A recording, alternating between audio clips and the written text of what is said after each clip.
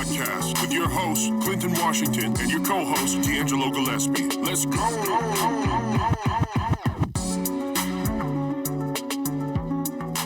Ladies and gentlemen, thank you for tuning in to another 2 Cent the Podcast episode. My name is Uncle Clint. I'm sitting here with the one, the only, the dreaded one, the ATLian, the Mr. Single out here in these streets. All these things are absolutely true. Hey, you know what? This is like episode 11, 12? I lost count. It's 12. 12. Co-host. I'm sorry, host. Host. Oh. I've been reduced in my responsibilities. It is episode 12, sir. Okay, understood. Listen. Mm-hmm. I want to address a situation. What's up? We are sitting here in the Tannisbourne, Hillsborough area in OV1's Barbershop. Wait. Wait. I thought it was OV1's. OV1. That was the situation I wanted to address because when you know what? When I got the sponsor notes, I was like, it didn't make any sense to me. Yeah, I think it's a play on Obi-Wan. Oh, I'm not entirely sure. Star Wars reference? That's what I would think. But it is OV1's Barbershop. Here in Hillsborough, Oregon, I want to give y'all the address. Please give them the address. Because they were so kindly to allow us to record tonight. Yeah. And so, we are at OV1's at 11280 Northeast Evergreen Parkway. That is in Hillsborough, Oregon, 97006. If you're looking for a barber and you don't have one and you ready to put your fade on the line, come on out here and do it. You know, barbers are a very special relationship with a man. So when you find a good one, and OV1 is a good one. When you find a good one, what you want to do is you want to cultivate that relationship, and I feel like that lends itself to what we're talking about today: relationships and trust. You know what? Why is it that men can be more faithful to their barber than they can to their women? Man, hey, listen. The worst thing you could do is have your barber start fucking with your girl. It ain't shit you can do about that. It ain't shit you can do about that. Because I'm telling you right now, if it come down between him and her, her ass got to go. Because it ain't shit when you got your mustache fucked up. Man. You can't do shit but stay in the house for the rest of the week. Wow. Man, when you got a twisted goatee, that's really bad. Hey, it is, man, I know this COVID thing had me looking real suspect. Every time I looked at a cop, I thought I was going to jail. Hey, listen, you know what it is. Hey, you know what? I'm glad Barbershops is back open. You guys come on over here, get a haircut, get a shave. Mm-hmm. Hey, they also do braids and twists. Yep, he even got he got a sink over here. He washing hair. All kind of shit going on up in there, y'all. Hey, man, that's what I'm talking about. And he got them gold clippers. Everybody got them now. I think that shit is Bluetooth. It was blinking when I walked by. I swear to God. It Bluetooth. Yeah. Hey, that's what's up. So check this out. Mm-hmm. I think it's something we need to talk about and something that we need to address, especially in this time, COVID. Now we're in a situation where it's just goddamn half an organ is on fire, right? How does this affect our mental health? But even more importantly, getting black men to address their mental health. By doing that today, on our podcast, we have Dr. Lauren Harper. Hey, you know what? Check this out. We got a real doctor. Oh, my gosh. You know, we got a real doctor. She has the Ph.D. and everything. And her Ph.D., she has a degree in counseling psychology. And we wanted to have her on the show today to talk to us about black men and mental health. Absolutely. Welcome, Dr. Harper. How are you? I'm great. We can't do nothing till you get her name right. Oh, my Lord. We can't Listen. do anything. That's all right. Lauren will do. Dr. Harper. Or Dr. Lowe. I go by Dr. that, too. Lowe. Okay, That's Dr. my Lowe. social media name. You know. Okay. All right. Check out Dr. Lowe on social media. That's DOCTA.LO. Okay, that's what's up. That's on Instagram, I think. That's on Instagram. If you're on Twitter, it's DOCTA_. L-O. Okay. Yeah. I'm great. I'm super excited and happy to be here, and I appreciate y'all asking me to be here. We appreciate it. Dr. Lowe, where you from? I'm from Macon, Georgia, Goddamn originally. Listen. Goddamn Hey. right she is. She from Macon. Hey, listen. Or the Mac, as they say. You know what? I can't tell you no secrets Yeah, I about know. Macon, Georgia. Please don't. Oh, Lord. Jesus. Please don't. I hail from the great Macon, Georgia. Absolutely. The home Great. of the original Georgia peaches. You better Hold act on. like you know. Hold on, you ain't even finna do it. Like, hey, I tell you what. Listen, everybody in the A respect Macon, and I think Macon respects Atlanta. Absolutely. But the peaches is sweeter down south, baby. Down Absolutely. south Georgia. Not too far from Forsyth. It is Not Macon too far technically from, is central Georgia, just FYI, Macon is smack dab in the middle of the state. but Just it in ain't case too folks far from don't- Perry. It is not too far from Perry. It's not Okay, that far yeah, from yeah, South yeah. Georgia. Absolutely. What's the college down there? In Macon, Yeah. we have Mercer University. We have Wesleyan College. Fort. Fort Valley State Ooh, University Fort is Valley. in Fort Valley, Georgia. Fort Valley is their own city. Hey, my nephews was drummers there. Yeah, Okay. we used to go down to Fort Valley, go down to FAMU. You find a good time out there. Yeah, Fort Valley is home. That's people. Hey, I had that peach pie and Oh, I mean, relax. Okay. Relax. Sorry. Moving right along. moving right along. I don't even know where he's going with it, but I know I don't want to be a part of it. It's nostalgia. Hey, that's what Macon do to you. You know what I'm saying? Man. Feel like you home. listen, I was just out there working. That's all I was doing. I ain't gonna But- tell you about my making stories. Let's just move right along. Dr. Lowe, listen, Yes, sir. getting serious, okay? As we talk about how black men should address their mental health, give us a little bit of your background. Why did you get into counseling psychology? You know, and what are you doing now with it? Ooh, good question. So I got into psychology way back in undergrad. Actually started off in pre-med. So I was a pre-med biology major for a long time. Finally took psychology courses and figured out I feel like that's more of where my expertise was. I thought I really connected well with people, and I was really interested in understanding kind of why people do the things they do and why people think the way they think. So went more into psychology, changed my major, and specifically when I decided to get a Ph.D. in psychology, I'm all about black mental health. Like I knew that we had a lack or shortage of black mental health professionals, and so I'm really about overall health and wellness. So now I'm here in the Portland area working for an organization in healthcare and primary care specifically. Okay. That's really important to me because we find that most people end up engaging in any kind of mental health work really through going to see their doctor. You know, they Right. think something's kind of wrong with them or they're having a lot of issues, and people, you'd be surprised, but people go to their doctor for almost anything. So I figured that would be a good place for me to be because I can catch more people that way. It's not as common for folks to like actually look up a therapist and call a therapist and say, I need to talk to somebody.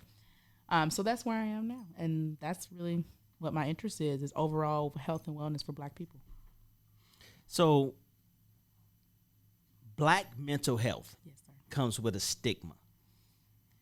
Anytime you start thinking about black mental health, the first thing that, and I'm going to speak personally, you start to think about drug addiction, alcohol addiction, and that's where we kind of leave it at.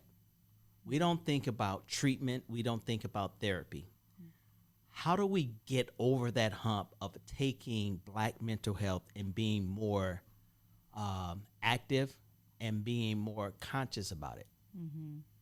Well, I think it's important to always acknowledge, I believe, from my understanding of history as well, that it is not our fault or it's not on us as to why there's a stigma around mental health. I believe black people have really been pathologized by white folks.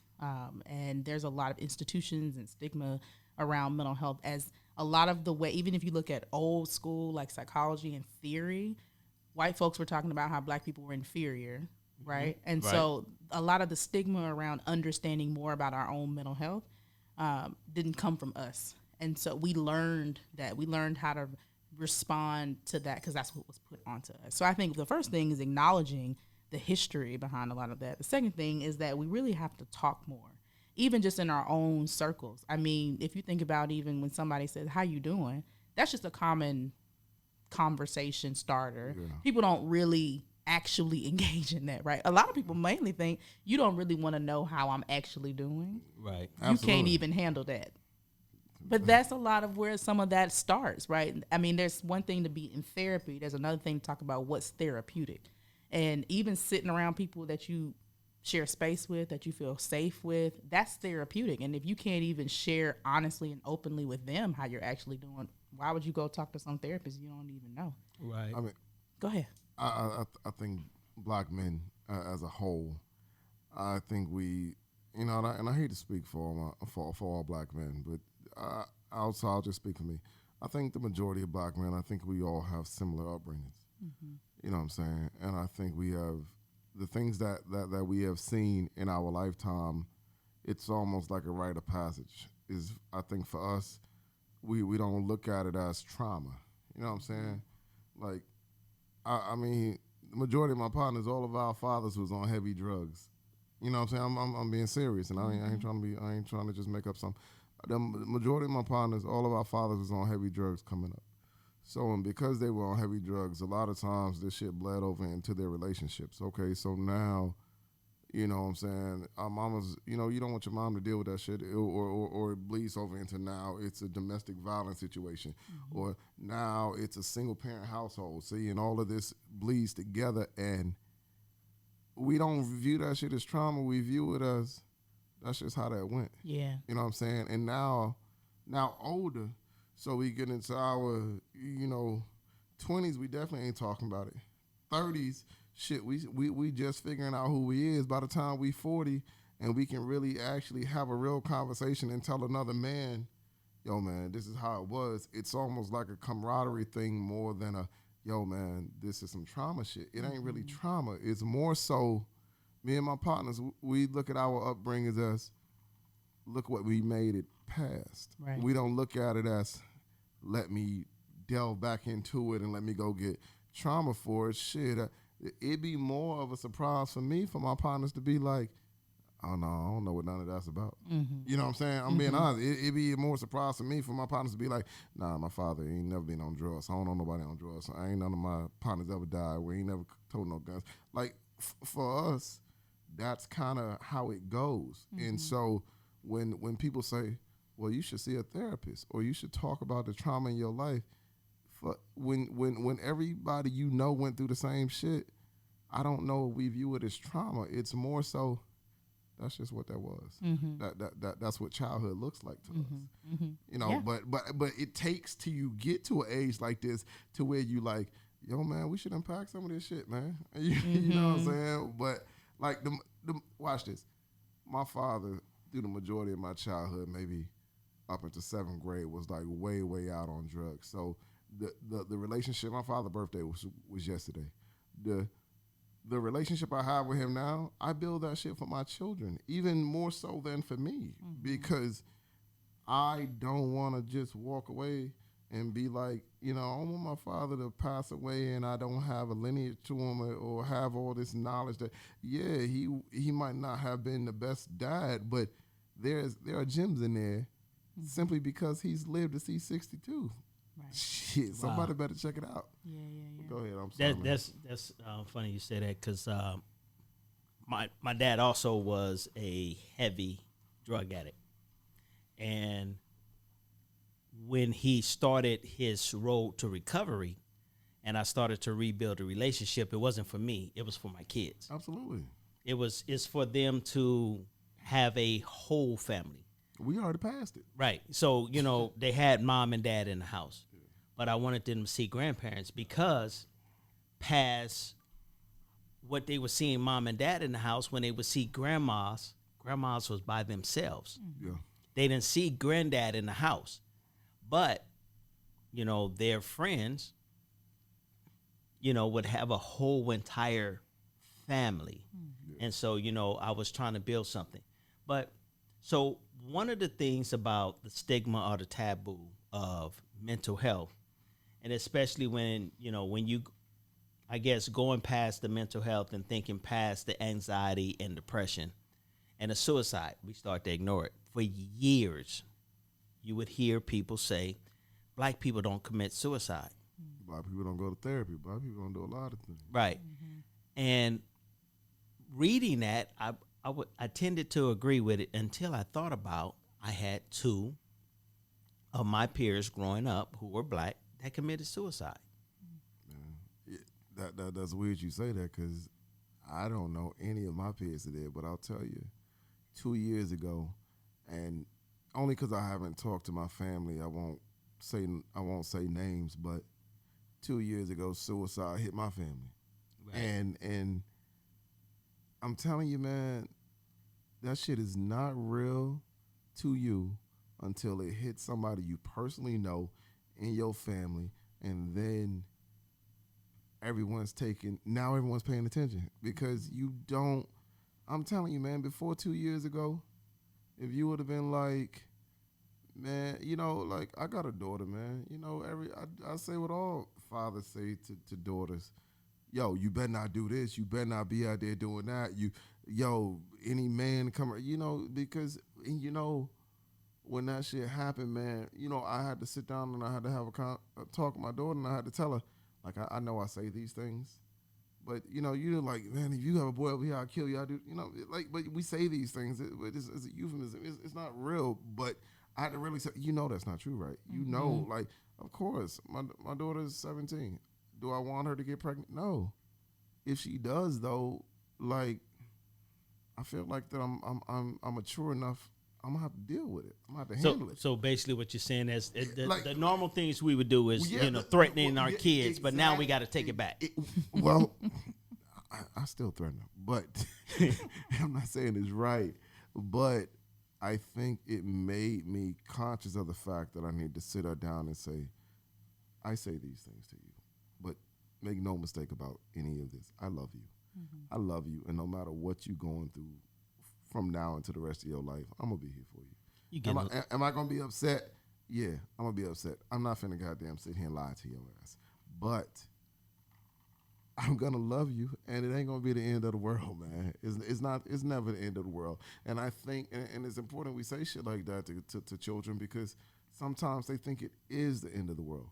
And we all grown, so we all know the bullshit we went through in high school, even college, like, man, fuck them. All right, so listen. We're going to let you ramble on about your daughter and making amends and everything. I hope you out there listening, sweetie. Your daddy is sorry. I don't know if my daughter listening to this podcast. We're going to make her listen to this one. So, Doc, honestly, getting back to our topic, suicide in the black community. Mm-hmm. How do we, one, get us in our community to acknowledge that that's a possibility? Suicide in our community is real. And I think one of the things that we don't want to acknowledge it because we don't want to acknowledge our weaknesses. So how do we get minds to open up to the fact that we are as vulnerable as the others? Because it's common for us to read or see a white person or a person that's not of color to commit suicide or to be depressed or to be in a situation dealing with mental health issues, but we are so strong and powerful. We don't have time for that. But how do we get us out of that fallacy that, in reality, we are just as vulnerable as the others? Mm-hmm. Yeah, that's hard. I think that's really hard because we live in a society where we're not valued, and our lives very clearly have not been valued for generations. So I think it's hard for a lot of folks to think, well, why is that even possible? Why would that matter? That kind of stuff doesn't happen to us because we don't see those stories, right? We see the stories and things about us where we're being attacked and we're being kind of taken out. We don't hear the stories of people having maybe some mental health challenges where they didn't get the support that they needed and they end up completing suicide. So it's just it's not common, and I mean, I don't know if I have a real straight answer for that. No, that's real. I mean, I think a lot of it is what needs to change systemically. I know we've talked about that, but then also what needs to change in our communities. And I think, again, there's been a lot of change on, especially for people who are mental health professionals. Mental health professionals, you're seeing more and more access being open to Black folks who are mental health professionals who are Black themselves, who value Black mental health. And so you see a lot of things like on Instagram and social media that you see these therapists and life coaches who are really speaking kind of a lot of the same language. So I think we're starting to move in that direction where we're starting to have more conversations. This starting to seem more normal. Because I think a lot of times when, not everyone, but I think a lot of times for Black folks, some of the stigma is, well, that means that you're abnormal. If you are, if you're experiencing depression or, you seem different or you seem off, that means you're abnormal. When in reality, that's how a lot of people function. But because we don't talk about it as much, we think that that's abnormal and then everything else is normal. Right. I hope that makes sense. No, it makes a lot of sense. So I don't know how we're going to get that to change. But I think we're moving in that direction. Part of that is having the conversations in our own community. Because I don't think we don't need to hear from the outside world what needs to happen. We need to hear from ourselves what needs to happen. How do we take care of ourselves as a community? So I think those conversations are happening, and that's a good start. But I don't have a solid answer. So Doc, I'm gonna ask you this. So, Yes, you listen. You keep calling me sir. I told you, folk from the South say sir and ma'am to anybody. Absolutely, we absolutely do. I mean, that's ma'am. just a... You know what? Listen, and you know what's funny, and kind of steer off the subject. And I grew up in California. Oh, well, that's why. You should have led with that. You know, you're not going to understand. But you know what? If you call someone sir or ma'am in California, you're calling them old. They loved it when I moved to New York and I called the women in my office building ma'am. They was like, "You are a Southern gentleman. Never lose that." That's what they told me. They didn't tell you they was having mental health issues, but anyway, I'm not gonna make fun. No, but seriously, Doc. So as we're approaching this point to where we need to address mental health issues in the Black community, we already know systemically what Black men have been up against. We know that what women have been up against, and we as Black men have subjected women to a lot of mental health issues. But you as a mental health professional, dealing with the mental health of people of all races and color, but of Black people, how do you maintain your mental health by dealing with other people and their mental health? I mean, that's a great question. We were just talking about that earlier, how therapists need therapists. Yeah, so that's true. I highly believe that therapists need their own therapist. They need their own level of support. I've got my own therapist and have had multiple therapists in the past, which, I'll be honest, that was hard for me to even go to therapy, and I'm a therapist, right? I'm thinking, why would I do that? I know all the things to do. I know how to take care of myself. I've learned all the skills. I should be able to apply those. I should be able to fix my own problems. When that's some of the same stuff that people are saying as to why they're not coming to me. Right. So for one, for therapists to go to therapy and be a client and have to sit in that chair and be in that space, that is important just for them to learn and be able to better empathize with clients, right? Because now you understand what it means to be vulnerable and have to sit down and share your things with somebody that you don't even know. You can better understand what it's like for somebody to come sit across from you, right? So I think that's one thing that's first important as to why I would go to therapy. But just to have my own space, because I'm human and I deal with my own stuff, but it's hard to hold people's stuff all day long, many, many days in and out. So therapy for me is good. Also, I have great friends. So I make sure that I don't overburden my friends, but I make sure that I also be intentional about connecting with people, especially more recently with COVID and we got the smoke and the wildfires and whatever. Like, we're being home much more often, more than we want to. But at the same time, when we do have opportunities to engage with other people, I don't think we always lean into that. Right. So I'm just really pushing myself to stay connected, stay engaged with other people. All of that just helps my mental health. And then when we don't have smoke issues, I try to be outdoors. We need vitamin D and vitamin C and all that stuff to take care of your body physically. When your body physically is not being taken care of, your mental health is going to be off track as well. So that's what I do personally. Right. Now, so this is one of the things, as, I started to do a little bit of research about this topic. And one of the things that I found that I was ignorant of is having a friend who was dealing with mental health issues. Mm-hmm. I hang with this person on a regular basis. We party together. We have a drink together. We watch sports together. We do things together. And speaking of that friend, I have him here with us today. That was a terrible. The shade. Hey. So I got my guy here, Dre. What's up, Wow. Dre? What up? And you know what? Let me tell you something. I put it out there like that for this reason. I have never seen anyone in my life as a black man who was willing to let you know that, hey, I'm here, I have an issue, and I want to sit down and talk about it. Because we're so bold no, not bold, but we're so proud. There it is. And we're so proud that we're ignorant. Right? Who? We as Black men. Black men. Oh, okay. Because, I can go to D'Angelo. We talk on a regular basis.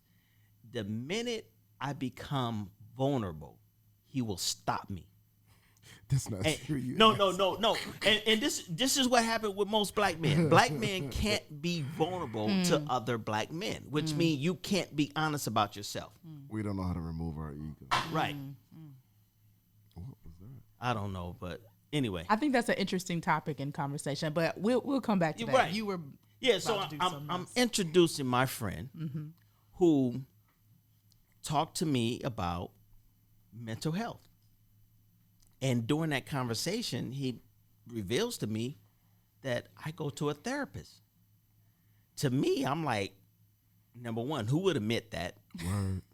Two, should I be going to a therapist? So, Dre, what's going on, man? What's up, man? Hey, tell us about why you decided to seek therapy. One, at a point in my life when I was in the military, I was struggling. I was dealing with had a lot of responsibility, and I would just break down and cry in the middle of the day. And the job I had was a suicide prevention and suicide intervention counselor. And so I know the warning signs of a person that's suicidal. Also, working in the chaplain's office, we have this matrix where green is good, yellow is getting, kind of bad. There's an orange section that is like you're teetering with danger. And then the red section was that person was suicidal. That person was at the verge of snapping. And when I looked at all the characteristics in that red zone, I was in that red zone. Wow. And I worked as the person that helped people.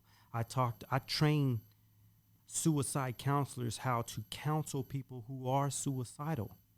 Okay. And I started doing that because my mom committed suicide when I was 3. Wow. And so it had an impact on me, and I've always wanted to make an impact on people's life, and that's why I do talk about therapy all the time. But that's where I was in my life, and I realized I need help. Because here it is, I'm telling other sailors and Marines, you need help when you come see me, and I'm looking at all these symptoms. So I got to follow that own advice, and I went and got help, and I was diagnosed as bipolar and manic depressive. Wow.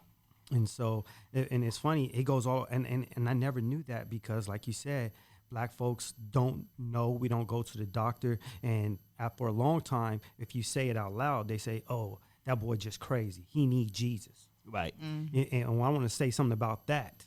A lot of the times, in black families, they say, oh, go to church, you just need Jesus, Jesus can heal it. You don't say that to somebody who got cancer. Exactly. Cancer is a medical issue. It's not a spiritual issue. Same thing with mental health. It's not a spiritual issue. It's a mental health issue. And so I can remember as a kid, as young as 4, 5, 6, 7, whatever, one of those ages, feeling that depression, feeling like I couldn't understand why I was so sad. And all the way through my teenage years and adult years, but I never sought help. Never. Mm-hmm. And it wasn't until I saw that I was in that red zone as an adult that I started going to the mental health doctor. And I thank God I did, because it changed my life. And one of the things I wanted to say about therapy, a lot of times people think therapy is just talking to a therapist, telling somebody about your problems, but it's not. When you go to therapy, not only do you talk about your problems, but you're building awareness of your thoughts, your emotions, your behaviors. It's psychological education. It's making changes in your thoughts and behaviors, because the doctor helps you with those things. The doctor will give you tasks to do in between sessions to help you cope. And then the last thing, they teach you learning and practicing and coping strategies. Mm-hmm. And that's why I tell people to go to therapy. Therapy has helped me so much in my life. When I first retired from the Navy, and I'm sorry to ramble, but when I first retired from the Navy, I lived my whole life for 23 years helping others. And when I help others, and I'm helping them with their issues, I'm not dealing with my issues. Right. That's why that job was so good to me. That's why it was a way for me to put my emotions and feelings on the back burner, because I'm worried about someone else. Mm-hmm. But as soon as I retired from that job, I had to deal with my own issues. I ended up in the VA hospital for 4 days because I had a mental breakdown. Breakdown. And it's to the point I'm still struggling right now. My father died 2 years ago. 2 months ago. Yeah, 2 months. 2 months ago. My mom killed herself when I was 3. And just like you fellas, I grew up watching my father do drugs, have seizures, almost die, had to save his life at a young age. So the only parent I had was my dad. Yeah. There was no mom to share that with. All I had was my dad. And I've been struggling ever since then, man. I don't want to go to work. I don't want to do anything.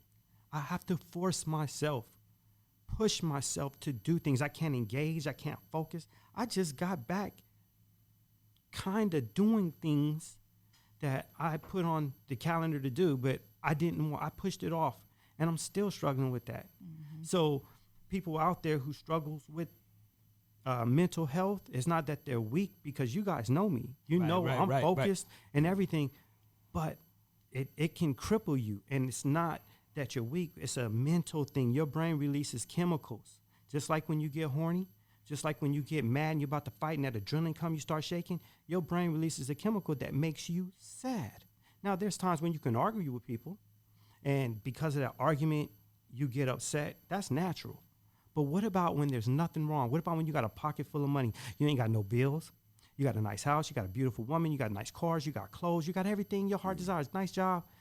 But you wake up in the morning and you're just sad for no reason. For no reason. You know what? And I think we, especially us as black men, we don't. It's funny what we equate happiness to. You know what I'm saying? Because to a lesser extent, I would like to think that me and my partners are pretty successful compared to where we've been and the partners we know and where we come from. We consider ourselves successful men. Or Dre, I'm sure people in LA think you successful. I'm sure the people you grew up with, Clinton, say Clinton got that shit. He doing it. You know what I'm saying? People in Atlanta, they think D out there doing his thing. But it's so funny you say that, because you're right. You know, I read a quote where, you know what I'm saying, the quote said, he's so poor, all he has is money. You know what I'm saying? And when you said that, it made me think of that damn quote, man, because you're right. Because I feel like, but you got to remember how we all grew up. We grow up thinking all we got to do is get to this money, buy us a car that we want, a woman that's beautiful that we love, and that's life. And everything is supposed to be fine. Yeah. That's it. But yeah, I had people say, "What, man? How how can you be depressed? Look at all this stuff. And I tried to explain to them, stuff. man, Just stuff. it's stuff. But they don't understand that it's a chemical in my brain that makes me sad. And that's the thing. When you can understand that it can't be controlled. Now, you can take medicine, but I don't do that. I don't take the medicine route. I try to do the holistic route because I don't want to get on the medicine. And then if you stop taking it, your brain is needing it, and then it gets worse. Right. And the thing I wanted to say is hereditary. A lot of people don't think it is, but the doctors, the scientists have proved that it's hereditary. Yeah, that's Right. My mom, like I said, my mom killed herself. And when I was 3 years old, she had a daughter that was 7. And it's not that and then for my whole life, I thought my mom, I criticized her. I said, how could you be so selfish and kill yourself knowing you have these kids who need you? But truth be told, what happened? I went to the training for the suicide intervention and prevention, and through a company called Living Works. You ever heard of them? Out of Canada. And when I went through the class, I realized that my mom wasn't selfish. Mentally, she was tired. And then I wasn't mad at my mom no more. And I was an adult. Wow. I felt bad for her. Yeah. And I tell you this, if you commit suicide, there's a 40% chance that your children will commit suicide. 40%. 40%. Okay, so and it's a higher chance if you tried it once, there's an even higher chance that you'll try it again. So wait. So Doc, okay, you have the education. Is suicide hereditary? You go ahead. I didn't say suicide. I said depression. Right. Okay. Right. There's genetic. You can be genetically more predisposed to mental health concerns like depression and suicidal ideation or suicidal thoughts. That can come with that. Those can be symptoms. That's not always a symptom for everybody who might experience depression or anxiety or other mental health concerns. But I think what I heard you saying is that can come with it, and so you might be more open to that idea if you've seen that happen with other people. And I appreciate what you're saying as well, because those are such real misconceptions about suicide. I think you were getting to this earlier too, is that we don't understand it as much, I think, in the Black community. And so people consider folks to be selfish, and that, how could you do that to everyone else or to these people that you leave behind? And how could you not care enough about yourself, right? When it's so hard for folks to even fathom or conceptualize what it's like for people to be at that point, that are at a point where you are very much hopeless, right? Very much feeling helpless, and that there's nothing else outside of that. And really, when I talk to even folks that I work with who experience kind of suicidal ideation and thoughts, right? People can hold that and live with that for years. And so that a lot of times is about treatment. Is how do we help support people who have those kinds of thoughts and feelings all the time? These are folks that actually care so much about the people that they love. They think that this is going to be better for them if they are not around, because they are causing a burden. They are not living up to whatever responsibilities that they're supposed to. So them not being here is really better for them, because they'll be out of the space that they're in, but also better for everyone else. So I appreciate you saying that, because there's a lot of misconception. Yeah. It's so crazy, man, because me and my twin brother, we discussed this when suicide happened in our family. And my twin brother said, we all think about it. We've all pondered a life with us not here. You know what I'm saying?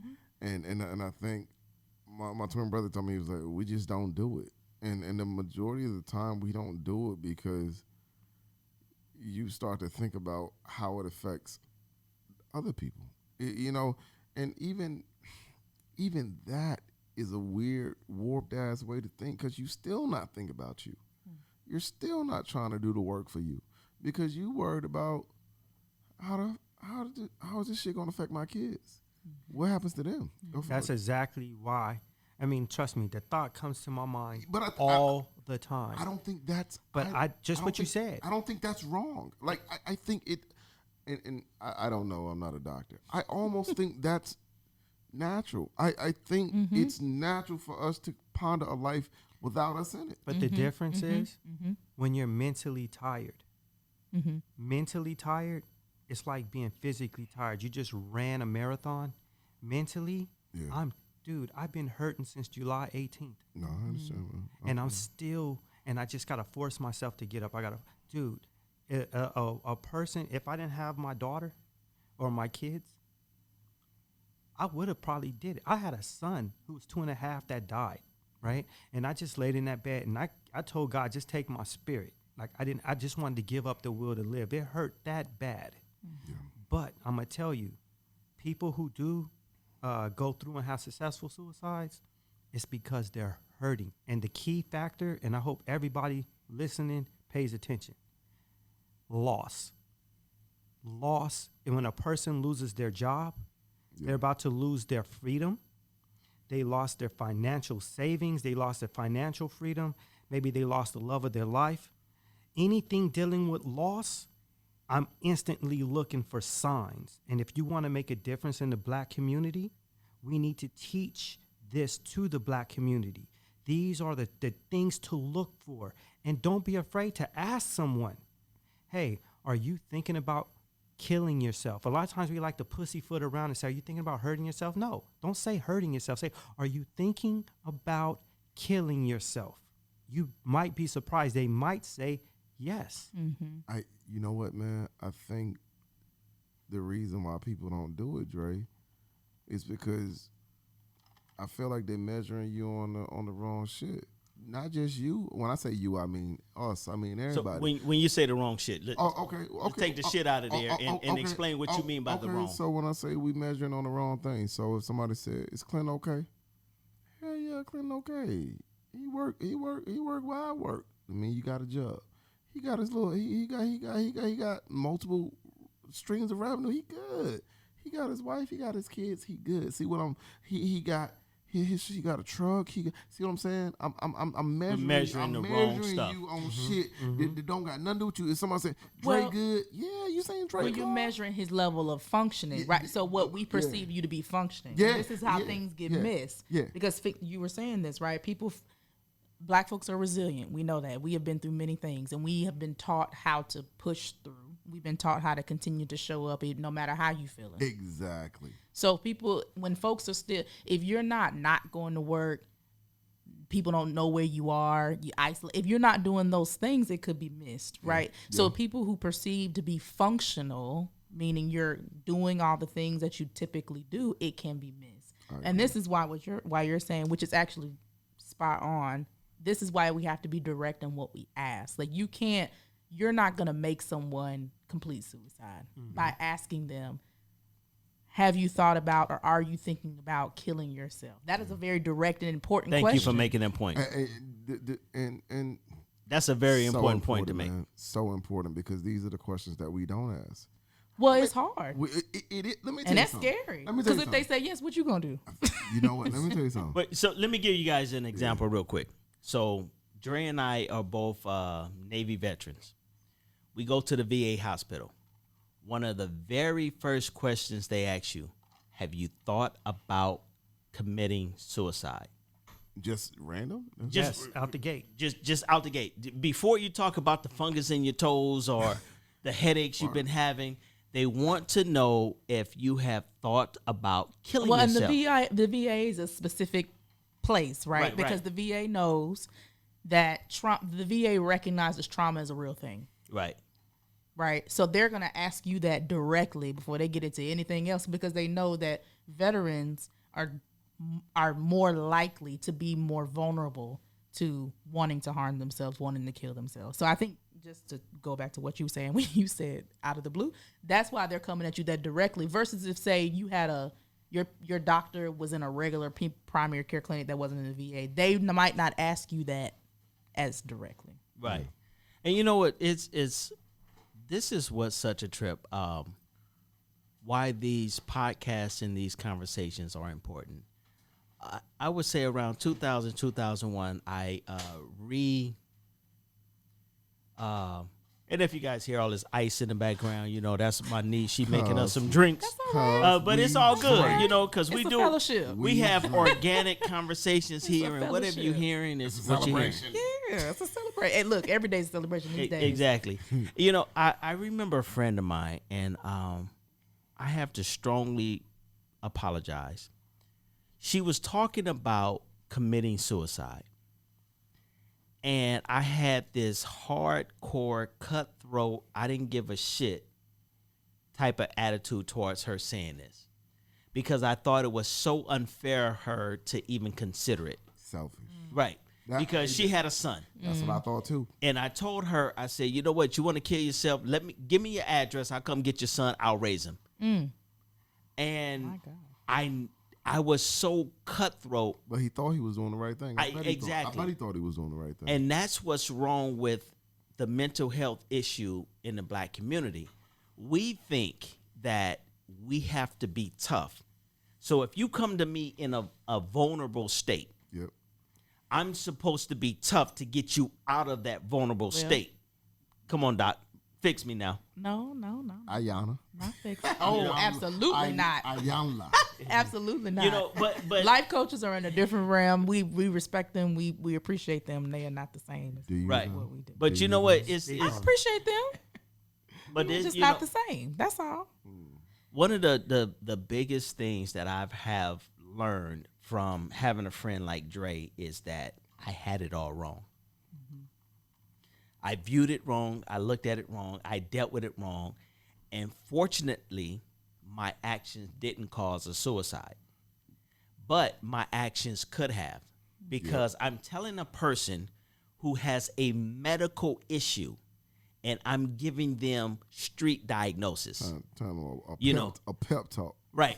Exactly. In the Thank didn't you for say that. that earlier, or someone said that earlier? What if somebody came to you and they were telling you symptoms of things that maybe you thought they were having a heart attack? Are you gonna tell them, "Oh, okay, well, if you think you just want to keep doing that and just pass out right now," now you wouldn't treat it the same. Exactly. But what I was going to say, as to comment on what you were saying earlier, and when you were saying that we think that we have to be strong. Again, we need to acknowledge that is the way we've been socialized. We have been socialized that we have to be strong. I really don't believe as black folks that we believe that we have to be that way, because that's just the way it is. We have been taught that. We have not been given space. And I think you might have been going into this earlier, that when we think about black men and mental health, the way black men have been socialized in this country, from my understanding, is that there has not been space for black men to be able to be vulnerable. Black men are raised to be strong, raised to be hard on each other, right? Raised to kind of hold each other to that standard. So you're bred that way intentionally. So how do you know to be able to express empathy to someone when they really tell you where they are and how they're feeling and what they need? Where do you learn that? I don't know if we have the time. That's fair. That's fair. I'm gonna be honest with you, like, man. That's fair. I tell people all the time, I don't have the luxury to consider my mental health, which is a fucking ridiculous thing to say. Absolutely. Let me tell you something. Dre is one of my only partners, and I take that back. I got Dre, probably partner Charles. I got a few of my partners who look at me when we see each other and say, "Yo, I love you, black man. I love you, man." And Dre will tell me, "I love you, man." But even him saying it make me feel weird still. Like, I'm being, but I'm being honest. And it's funny, as black men, I feel like, man, we out here. We are, man. We out here. Shout out to black men. Hey, listen, we are living a life that we need to be responsible. We need to be responsible. We need to be accountable to our kids. We need to be accountable to our lady. We need to be accountable to each other in a way so much so that I have to teach you and still respect you. I have to do all of these things. I have to respect this black man. I have to also be there to teach this black man and help him navigate this life, because black men have died so many times by simply let me. You know, and I tell my son all the time. Sometimes you do not get a second chance to fuck up. Sometimes you don't get a second chance to do it wrong. And we living in a life right now to where black men are dying for mistakes that possibly older black men, their fathers or father figures of their OGs should have taken the time and said, "Hey man, this ain't how you want to move." I've been blessed to have a father in my life, still to where he can call me and say, "Son, you don't want to really do that. You don't want to move like that." And so these guys are a little older than me. You know what I'm saying? These my partners, Clint and Dre, so they'll tell me, "Nah, they don't really move like that, D'Angelo. That ain't really the move for you." I have to be receptive to listen to this shit because they trying to save my life. You know what I'm saying? But now they can say it like that, but if they call me and be like, "How you feeling, man? Like, how you feeling at work? How you doing at home? How you feeling? I mean, are you being able to pay your bills? Are you feeling overwhelmed? Are you feeling stressed? You got enough money? You eating right? You living right? How you with God?" These are the conversations that black men don't have because the truth of the matter is we all pulled up in our nice cars. That's the truth. That's what we did today. If we go out, we can afford this liquor. We can do these things. We can have a good time. It's I don't know if it's tough. I don't want to say it's tough, but I'll say it's foreign for me to call Dre and say, or Dre call me and say, "Yo, man, Chadwick just died, man. How you with your prostate exam? How you?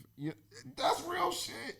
It should be, but we don't. But what happened? Would you do that with a woman? Of course, I would do it with my woman. I do it with my woman. I wouldn't do it with any woman because stay the fuck out my business. You got a woman? I just want to know, you got a woman? Inquiring minds want I to do know. not have a woman. Single. We are also acknowledging, right? We talking about straight men, straight women, and who date other straight men, straight women, right? So there's also folks who are not straight. These people get forgotten. Right. Well, in any situation that you are in, I'll tell you, I want you guys all to know that 2 Cent the Podcast, we believe in loving who you want to love, and we are all inclusive. Is that so? We are absolutely inclusive, man. Okay. We are important. You know, don't you forget it. And why? and why are we giving our legal disclaimer? Hey, nothing here has been any type of medical diagnosis or medical what would you call it? I don't know what you call it. What's that? We are not giving you medical advice. We are not. This is not the same thing as having a relationship with a therapist. You need your own relationship with a therapist or a medical doctor. Yes. This is just. We meant to give that disclaimer in the beginning, right. But we are 52 minutes in. I feel like we should go a little over today. But I so feel like this is so folks that's listening right now, listen. We're not telling you how Dre, Clinton, D'Angelo, or Dr. Lowe deal with their mental issues is the same way that you should deal with yours. Not at all. Not at all. And we're not telling you if you do or do not need a therapist. I don't know. But what we are doing is we're giving you a glimpse of us. And I can really appreciate, and Dre became a good friend of mine because he forgave me for something that I What'd you do to him? you know what? And a lot of people tell me I overthink things. Like, what'd I do? I overthink things. But so I made this comment, right? My kids was acting up at the house. It was Thanksgiving. And I said, if my mother saw me acting like that, she would kill me. And she would kill herself so she can kill me again. Whoa. And I was sitting less than 3 inches away from Dre, a person who I know his mother had killed herself. Did you know? I didn't know until this podcast. No, I knew. Dre, you sure you know? I'm Uncle Clint. You know, I know a lot more than you know. Man, Dre been friends longer than Dre done been your friend. Let the man finish telling the story. Hell no, but- Dre don't tell me shit. Hell no. Listen, You don't even invite me to your house, so it don't matter. It don't matter. Tell But the truth. Tell Let the me truth. tell you something. Listen, hold on, wait. Dre house is Listen. so nice. I'm ashamed when he come over Listen, my house. That's a lie. I know he That's a don't lie. wanna He deal don't with- even invite me to his place. It's all good. Hey, can I finish my story? Because You you sure always can. cut me off. You always sure do that. can. You know what? I think this has something to do with my height. I'm gonna give you know what I'm permission saying? to finish your story. But you know what? When I said that, immediately before I can finish the last couple words, I was like, God, how can I say that? I didn't even know. And I went to him and apologized, and he was like, "Oh man, it's all good." I didn't even trip. You know, he didn't trip, I but never you know knew what? Your mom committed suicide. This is the first time I ever known it. And you know, in the fact that I knew and I still made that statement, it ate me up for some months. And I talked to other people about it, and they was like, man, if he said it was cool, it's cool. But it wasn't cool to me, because I feel like when someone shares something with you, you should be conscious and cautious about the things that you say. And I was just trying to make a joke, Just and be more aware. you know, the drinks was flowing, we were being festive, and you know, I was making Ain't that a fun good of excuse? Is that what Yeah. we gonna call it for now? Ain't that we Festive. gonna I like call it? it? Festive. But you know Festive. what? I like that. Yeah, I'm we gonna was use being that one. I was festive. being real festive. But it was like, man, I said fellowshipping. I really thought that Dre would never speak to me again. I really thought that he would never talk to me again. Never that. I can't. Let me say something, Clinton. I have the utmost respect for you, and I consider you my OG. We both from LA. You know that. You know the term. When you said that, I'll be honest with you. I probably wasn't paying attention. So it nobody really listens to me. You know? No. It didn't. That's what I mean. I'm telling you, it didn't even affect me, not one iota. So I think that was something you carried, but I didn't care. I don't even remember you saying it, to be honest with you. So All right.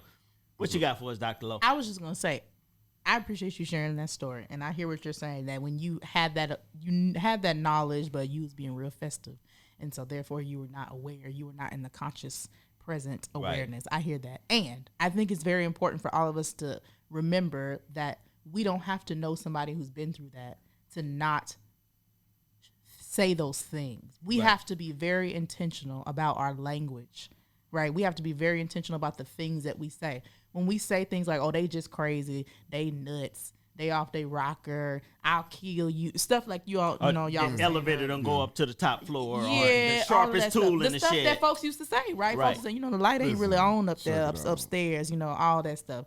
And that is very important when we have to be intentional about language, because we know that there are things that people go through, live through, that we don't even know. Right. Doc, Yes, sir. and I want you to speak on this. Of course.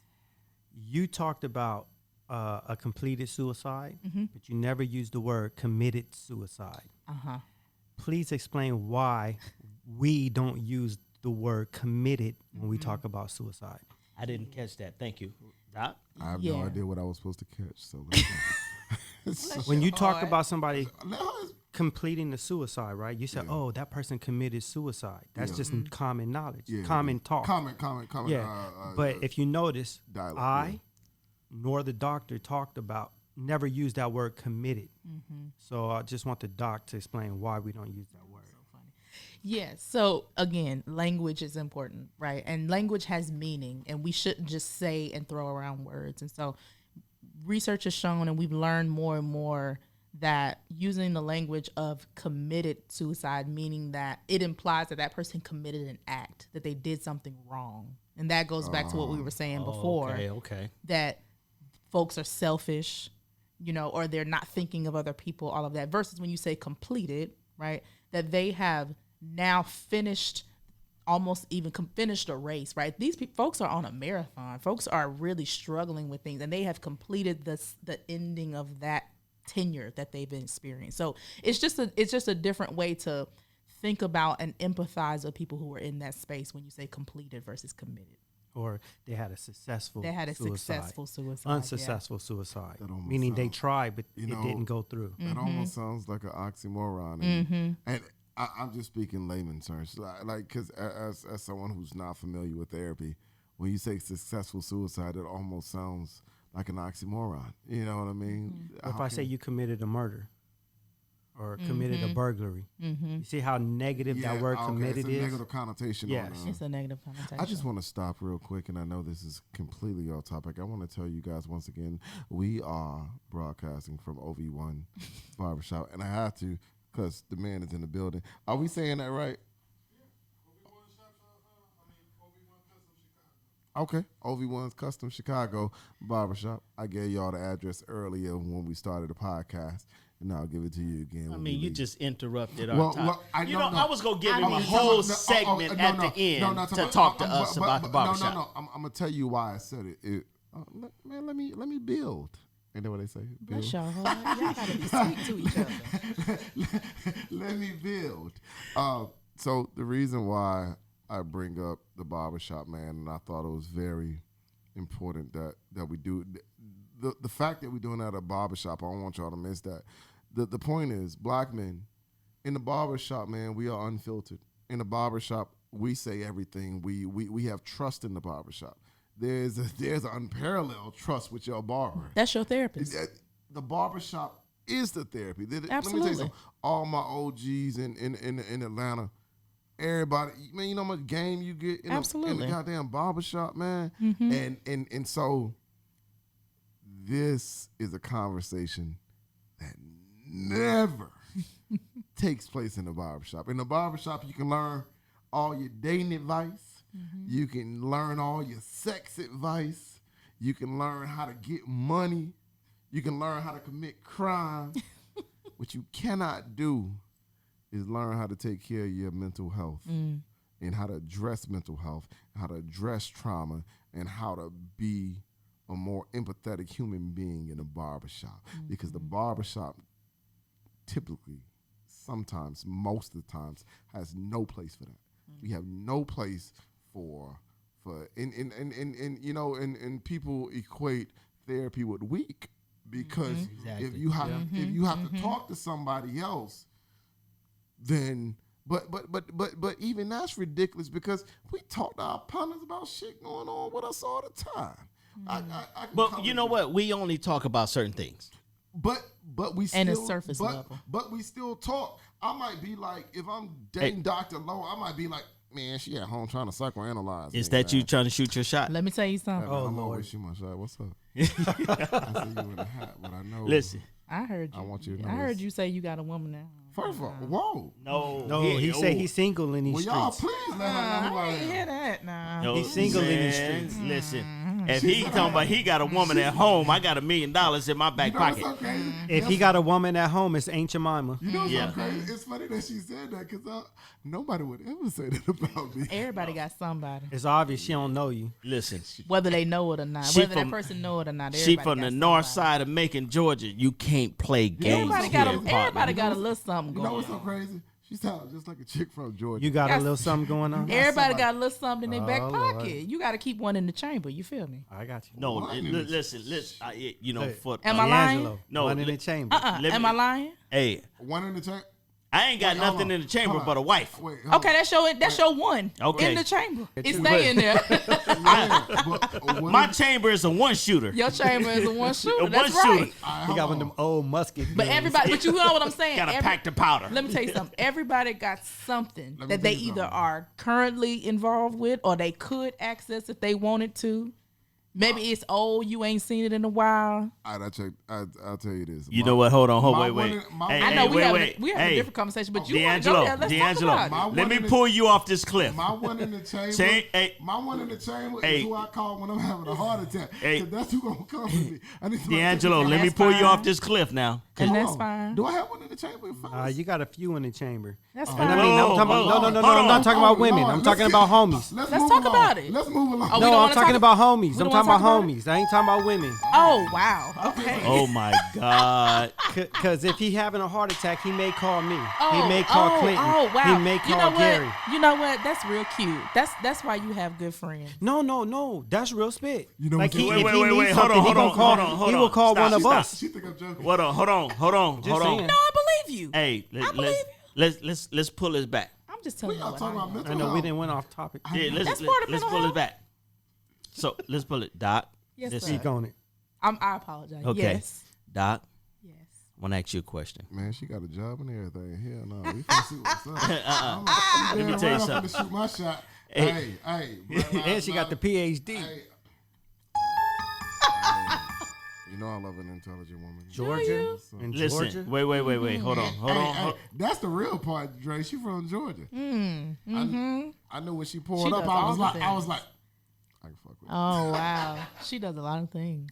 Okay, wait, hold on. She's smiling. Hey, man, let's get back to the y'all niggas tripping.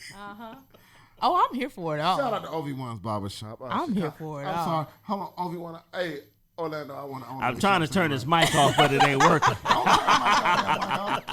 No, Orlando said something about Chicago style, so I want to make sure I say it Oh right. my goodness. Oh, what's up?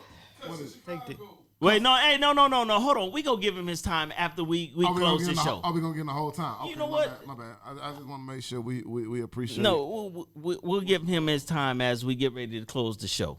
You know, we gonna get back to mental health. Hey man, let's go over. I think you've been read right now, and By whom? I'm just saying it was a lot Now, of see, diagnosing what y'all going not gonna on. do is what y'all not gonna don't say that now. sound I like do Renata. not diagnose What you're not gonna do is because let me tell you, if you are not my client or my patient, I am not that interested in diagnosing you. So, okay? Doc, let me ask you something. Yes, sir. Right now, you work for an institution, and we're not going to name that institution Please because don't. my lawyers have warned me about doing such things as I talk to them about shows that I want to put together. We are so above But- board. Is it worth the financial investment to seek therapy? Oh man, why was you? That's a loaded question. Yes, it is. You ever thought?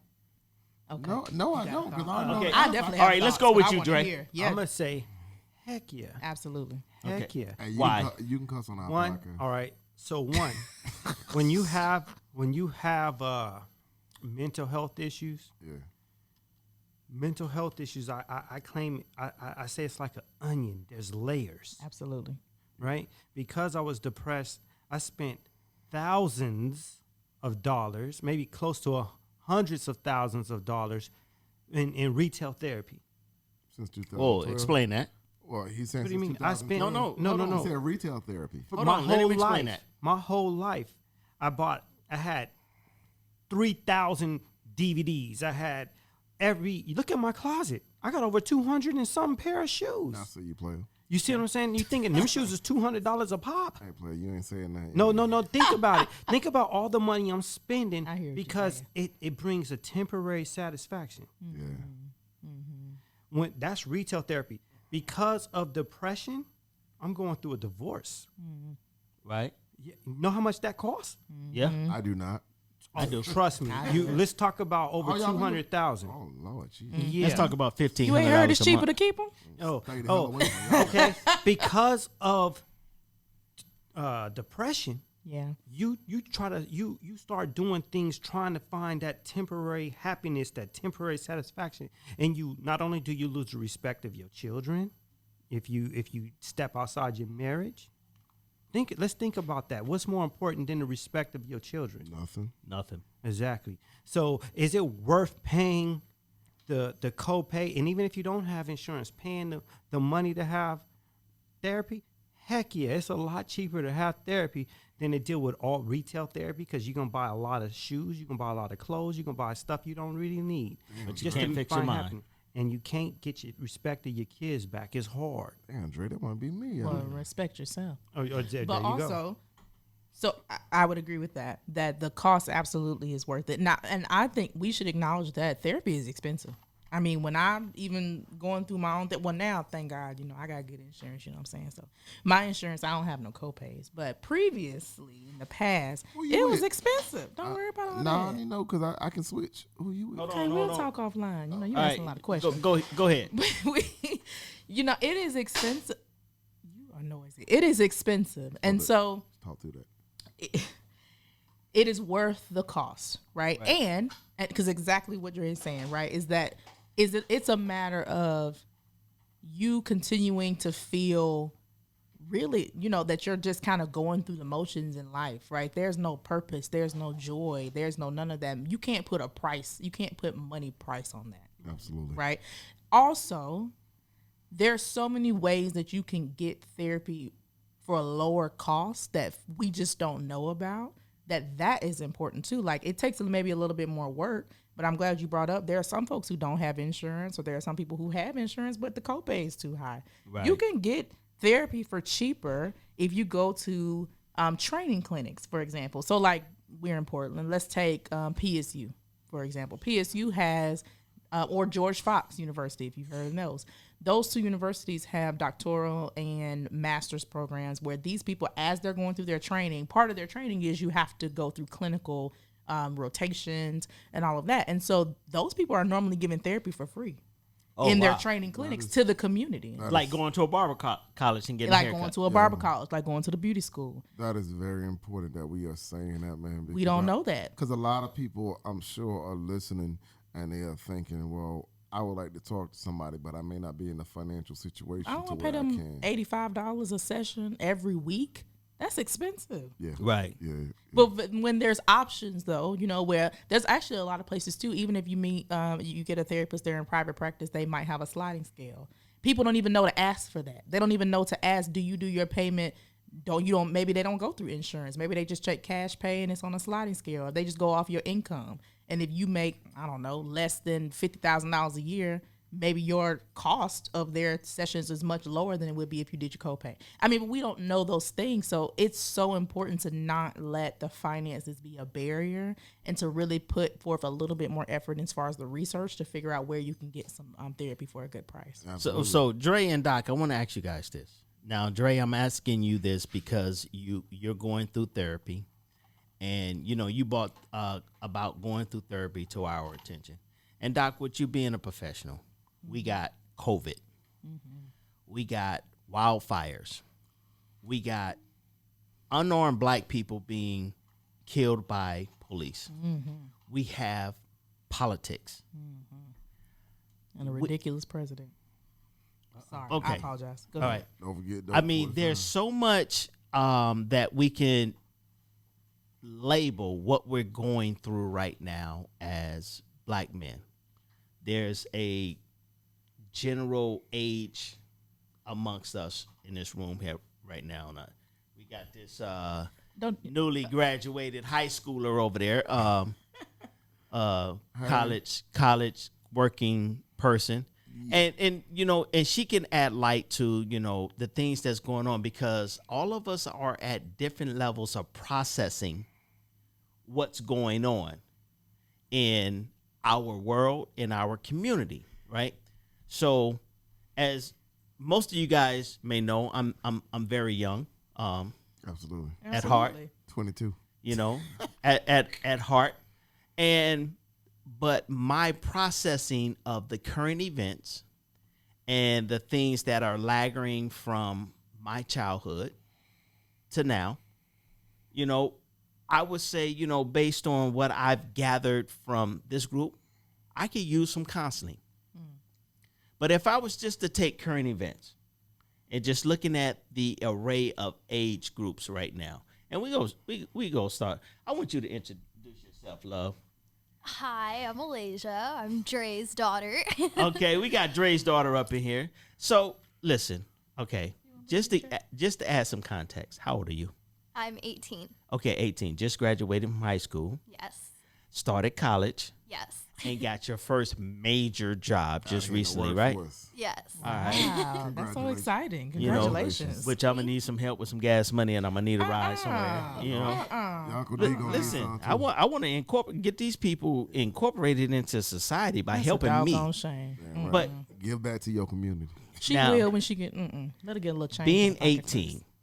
and I'm not asking you what's your political views, but looking at the political climate, looking at the racial climate, looking at COVID, the wildfires that's going on in Oregon, how are 18-year-olds handling life as it is right now when it comes to your mentality?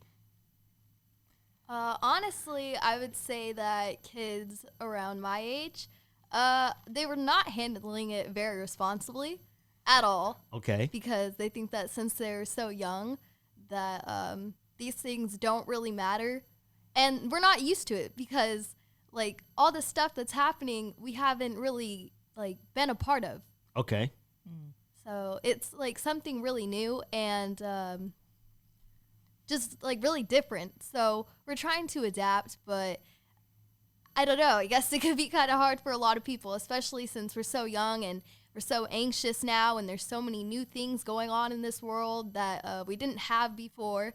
So I guess we just like wish that things would go back to normal. So if you look at the current environment that we're living in right now, right, and you know your dad, right, he's an open and honest person. Very. If you were to be a 18-year-old therapist to a over 30-year-old person, what advice would you give him from just your perspective, your point of view? What advice would you give him knowing everything that he has experienced? Yes, I put you on the spot. Yes. So Yeah, did. I just think that's a very tough question Yes. for somebody younger than 30. But go ahead, try it, Elijah. Oh, I don't know. Like, It's That's tough, hard. right? Yeah, it's He, tough to choose. he's standing on a cliff. He's ready to jump. Right? Well, and hold he on, needs- I don't even know where you're going with this. Whoa, Clint, Wait a that's minute, not- why he that gotta is be not- on the cliff? That is not what you asked that girl. Listen. What are you doing? No, you know what? She's on the spot. It's 2020. Right. It's a lot going on. If you were giving advice, If you had a friend, what would you tell your yeah, friend? what would you tell them? Which is an actual therapy question, right? We Okay. asked that in well, therapy. I would tell them that this is just a temporary part of life. And what you're going through at this point is like very temporary. And everyone, like, you can't have flowers without rain. So Okay. everyone, Okay, let's go. like, you need the rain to grow the flowers. And, you know, like, everyone's going to go through something bad, or like they're going to have bad points in their life, but that's just a chapter. So just because Come on. it's a bad chapter doesn't Come on mean and it's preach a it, bad girl. life, or even like it's like a bad day. It's not a bad life. Come on through with your Wow, testimony. come on Come now, on through with come your on. testimony. That's actually out a here. very great response. That is. Come I on mean, that through is with your something- testimony out here. You That's very my proud. daughter. Yeah, That's all I gotta say. That's my daughter. You should be a proud father. But that Yeah. is something so important, right? That I would even tell my patients. And the point I want to acknowledge about that is not to invalidate people's experience, right? That is not to say that what you're experiencing is not hard, it's not real, but it also is to help remind you that this is a moment in time. She said this is a This is chapter. one moment. This is moment. one chapter Man, come in on the with it. story of your life. But you know what the funny thing is? So that was very It's so great true. what you said. It's so true what she said. Absolutely. Because we can all think back to 5-10 years ago, some shit we went through, and we thought it was the end. It was the end all be all. Mm-hmm. But guess what? That day passed, and then maybe it can get better that day. But after This a little too while, shall pass. Yeah, man. And the Absolutely. difference too between what it's like to have why is the difference between having a friend and having a therapist. Right. A lot of times folks say, well, I got friends, I got family, I got people I feel safe with. I need to go tell some other person my business I feel for. you. Yeah. Two different things. You can have someone who's very intelligent like you, right? Who's empathetic and understands that this is a moment in time. And you can have a friend that can tell you those things. And they can encourage you. They can motivate you to help kind of get you out of that space. A therapist will say that same thing maybe and also say, and you have had real experiences of trauma, right? You have had real experiences of grief, of loss. How do we process that? I love your analogy of the onion because I use that same thing of how do we peel back the layers, right? And you have some other person who is objective because the therapist only knows what you tell them. So they don't know your life story, literally. They don't know you personally. They know what you share. So they can come meet you where you are and say, how do I join you in your process and peel back those layers, process some of that, right? How do we move past just what you were saying of this is just a moment, and what are your strategies to be able to help you when you get to this moment again to help yourself move forward? What are your tools, right? What are your coping skills? Those are things that how therapists help you to help you. Therapists help you help yourselves. It's not just about you going and venting about your problems, but they help give you tools so you can help transform your own life. Yeah. Therapists don't change your life. You change your own life, and they support Right. you in Okay. that. Does that make sense? It makes a lot of sense. What you got for us, Dre? Doc, I had a question for you. Yes. And it was funny. It just hit me not too long ago. I went to the VA, and the guy I talked to on a regular, he retired. And because of my father's death, I wanted someone to talk to, and I don't know why, but my appointment is on the 29th of this month, but there was nobody. But I want to say something, and maybe you can answer it. I can talk to my buddies, I can talk to my friends, my partners, whatever. But when I go to the therapist, like literally every wall I have up falls down, and I cry. I literally cry. And my question is why? Like why is it that I feel so vulnerable to talk to you? And I can let it out. But when I have friends that I know who won't judge me, it's like I still got that wall up a little bit. You know what I mean? Yeah. So my question to you is, why is it that, and I say this because I'm not saying everybody is the same, but I would think there's a certain level of comfort when talking to you. Why is that we're more open? It's like when I go to talk to a therapist or the mental health doctor, I should say, it's like I pulled the scab off the wound and it's so exposed. Why is it that I can do that with you, but I can't do that with the homies? If that makes sense. Yeah, absolutely. Absolutely. And I appreciate what you said, right, of that. Well, I know they won't judge me. I would even go out on a limb and say subconsciously, even though consciously you may say, these people care about me, these are my friends, they love me, they want the best for me, right? They're not going to judge me. I really believe that there is still, on the subconscious level, we still know that people are people and that these people know you. And because they know so much about you, that there still might be some level of judgment, right? And that there's always something to say about, well, what are they going to think when I say these things? Because a lot of times the things that we feel or think about ourselves scare us. So if we tell people that we are close to, we're worried even about how that's going to affect them. Versus this person, this is something that's my job. So you're thinking, right? It's like you would go to your medical doctor. It's their job to hear me say, I've been having this pain in my back and this is all my problems and whatever. You don't want to talk to your friends about that because it's like, well, they don't understand that. This is what people are trained to do. So I really think that folks sit down in front of a therapist and know that this is something that this person is trained to do. This person wants to be here specifically for this reason, and they know what they're doing, right? I can trust that they have the tools to help me. Versus when I talk to my friends may be able to comfort me, but I'm not totally positive that they know how to actually help me. Yeah. That's it. Does that make sense? That's it. And the reason I say that's it, I talk to these guys, and I don't fear telling them exactly. Like, I'm very open. The same way I would be open with a therapist. I don't fear them judging me. And they'll all tell you, they'll tell you I'm in Zoom in the tub with candles. They make fun of me. I don't care. Like I'm the soft. That's my kind of vibe. Now That's what I'm talking about. Tell them, right? You know what? My vibe. Now, I'm gonna cut you off. Hold on. Let me say one thing. Y'all better take care of But the yourself. point is, I love my friends. I love them. They don't realize how much I appreciate them. I love them. But they serve a specific purpose. And you know what? And that's what I was going to say. And this is the thing about being friends. Are you uncomfortable? Listen. I don't want to see Dre in the tub. Hold on. Hey, listen. He don't. This want you is to the see thing him in the about tub being either. friends. I can listen to Dre, but I think the reason why you're more comfortable with a therapist is you know that therapist's time is for you. As a friend, you know I'm going to move over to work. I'm going to move over to issues with family. I'm going to move over to whatever. You're going to share your own stuff. Your Right. therapist is not going to share their own. Right. The therapist's time is for you. Yeah. And I think that's what's important. And the biggest thing is listening to a real life therapist and having her as a black female. Yeah. That makes a difference. Right. It's comforting That to the makes a point to where, difference. I'm Yeah. sitting up here thinking to myself and I'll throw this out there.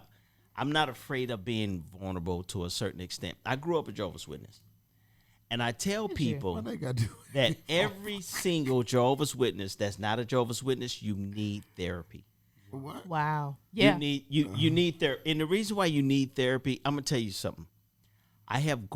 So long story short, if you're not a Jehovah's Witnesses, the belief is that your life is going to be horrible because you're not following the Jehovah's Witness organization or whatever. So since you're not following us, you're going to be a crack addict. You're going to go smoke cigarettes. You're going to go join the military. You're going to go do this, that, and the other. Why you put the military in there?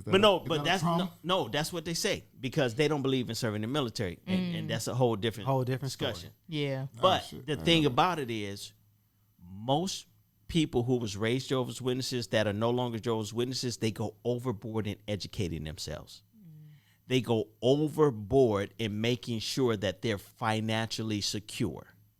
They go overboard in proving themselves to not being a drug addict, a cigarette smoker. So you won't be the statistic. Right. Of what they So say. you won't be the statistic of what they're saying. So now you go out here and get this associate's degree and then that associate's degree and then that one and that one and that one. And I find that most of my friends who are ex-Jehovah's Witnesses, they got like, dude, I swear, 5, 6 associate's degrees, bachelor's degrees, and all of this stuff.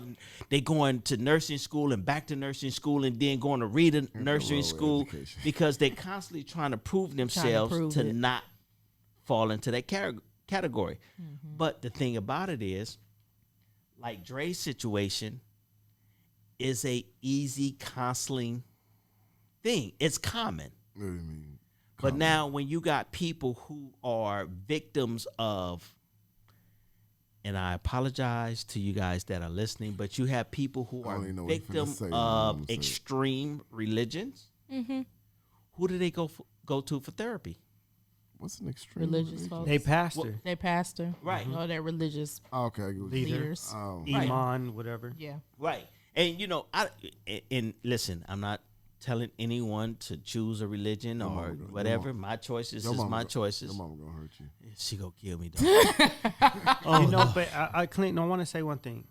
Religious leaders, a lot of them are not training with the doctors training. They're gonna judge the advice they give you based on spiritual doctrine or spiritual scripture or text. Whereas the doctor's looking at it, it's not a spiritual issue. It is a health issue. Great. And this is the thing that people need to realize. Let me tell you this. Me and my daughter had the biggest argument. And this daughter? No, not this daughter. My oldest child. Okay, because this one, I don't think you would win. No. My listen, I have my great-grandmother gave up custody of her daughter. My grandmother gave up custody of her daughter, which was my mother. My mother gave up custody of me and my sister. I have the letter of my mom giving up the custody of my oldest sister. I never once lived with my mother. From day one, I lived with my father. Okay. This 4th generation of women who did not have that motherly instinct, motherly gene. Right. And I have I have my mom and her sister. They both were around 28, 29. And they both not committed. They both had a successful suicide. Mm-hmm. Well, now, hold on. Let me finish. I didn't hear what you said. Oh, you said they both had successful you said suicide. Both. I didn't hear the first My person. auntie, my mom's sister, and my mother. Okay. And you made me lose my train of thought. But what were you saying?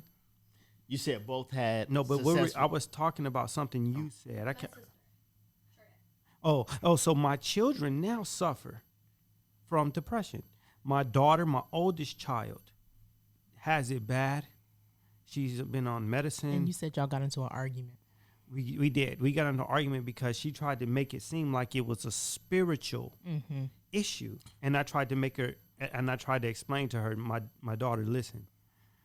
It's not that I don't love God, because I was in the church. I was a preacher in the church. I worked for the church for 23 years. It had nothing to do with the church. It was a medical issue, not a spiritual issue. But she, in her mind, she thought if I had Jesus, it would be okay. Yeah. Well, and that's the biggest misconception. And as black folks, we we identify with the church You can have Jesus and a still therapist. struggle. And I believe the spiritual advisors can be helpful. I think it's a tool in the It can be tool helpful belt. as a tool in your tool belt. Yes. To know if your coping skill is leaning into your spirituality or even leaning into your religion. If you're about religion and about the structure of religion and prayer and attending church and reading devotions and all of those things, those can be tools and coping skills to deal with the concerns, but they may not be the pieces that you need to really heal per se. Thank you. From the I concern. agree with you to a lesser extent, Dre, but I don't want to get on here and I don't want to saying don't do it because We're I'm not not saying saying don't don't. do it. We're not saying don't do it. We're saying in addition to. Yeah, because Dre, half of this, man, is, it's like believing that things will help you. Like, watch this, and I only say that because, Dre, if I don't believe therapy will help me, I'll never actually make the leap to try. So I only say I wouldn't shut her down and say, well, that ain't gonna work. I would. I didn't say religion wouldn't work. Okay. Now, so religion does not. Listen, I agree. my point is But religion. were you hold on, asking her to- faith. It's one piece. Yeah, It's I was gonna say, were you asking her, hey, why don't you seek a therapist? But she goes to therapy. In addition to your spiritual, your spiritual leader, whoever your pastor, whoever you're right. going. I just don't want you to think, man, no, that ain't gonna work. no. That's not what I'm saying. I'm saying they think church will fix you, Is the or cure. something is wrong with I you. don't want to say fix. That's Hold on, medically. but that's what they're saying. wanna They're say saying fix. because you're not right with God Right. mentally, something's wrong with Your you. mental issues are Because a Our direct faith-based. issue or a direct reflection of your Relationship with God. incongruence with God. That's not Yeah, that's it. So my point was, my daughter has issues. My son, two of my boys, and when we talked about earlier how it can be inherited, Do you believe that? I know so. Absolutely. On my father's side, and thank God, black people are finally starting to speak up. My aunt, I got two aunties, two, and they in their 70s. They've been diagnosed with depression, and they said they've been feeling this for years. I wish they would have told me in my early 20s, my teenage years, but they didn't know. They don't have the language for that. And on top of that, they didn't believe it. Didn't believe it. They didn't believe it, but now they do. And it took, when I first was diagnosed, I was like, oh, that's white people stuff. Exactly. That's what I thought. But when I accepted it and I believed it, it made sense. I had them Oprah aha moments. And in my phone on my notes, I write every aha moment. And I go back and I read them constantly because it lets me know why I make the decisions that I make today. And every day, no matter what the problem is, Yeah. I always ask myself, why do I do X, Y, and Z? What was the trigger and why was it a trigger? Once I realize what the trigger is and why it's a trigger, mentally, I change the way I think. For example, my son, when he passed, he used to love this song called it's Overjoyed by Stevie Wonder. Every time I hear that song, I would literally cry. We would sing karaoke, and my daughter's here to attest it. Every time that song would come on, and I would break down and cry. This is how old was he? 2.5 years old. 2.5 years old. And I would cry every time I hear that song because he would say, Daddy, play it again. Daddy, play it again. I don't know why he loved that song. Out of all the songs, he loved that Stevie Wonder song. Every time I would hear it, I would cry. And I didn't understand why. And then I said, what's the trigger? It's the song. Why is it trigger? Because it makes me think of my son. So I had to change myself mentally. So when I hear the song, I don't think about mourning him and missing him, but I think about celebrating him. Yeah. So and it takes the conscious effort to change, and you can change it mentally. It took the conscious effort to change the way I respond every time I hear that song. So when I hear that song, it doesn't make me cry. I don't run from it. I've been to clubs that have karaoke song and somebody starts singing, I will leave the club. I will step outside for a little bit. And so when I hear it, because I made the mental change, it doesn't affect me anymore. So every time something triggers it, and you know, because and I hate to say this, it's almost like a woman's PMS. Like, remember when it's that time of the month and they start getting oversensitive? I do not. Wait, stop. Yes, you do. I'm not going to be misogynist. No, but it's not misogynist. Like, you start, I feel it. I'm walking down the Fab. Shut up, Dre. No, man, see, this is why we can't talk to black men this is- about mental health issues, because, no, but it's true. I'm walking down the Fab and I get sad. Right. And I Oh, can't, okay. I thought you were still on the. no, and I women's. can't describe it. I just know mentally my brain is releasing a chemical at that moment that's making me feel that way. Okay. And then I ask myself, what is making me feel this? Did I just get into an argument with someone? And if I did, what? Okay, that was Is the it trigger. around the birthday, or is it around the time No, of the no. death? It's just for me. Not everybody, because not everybody's brain releases the same chemicals.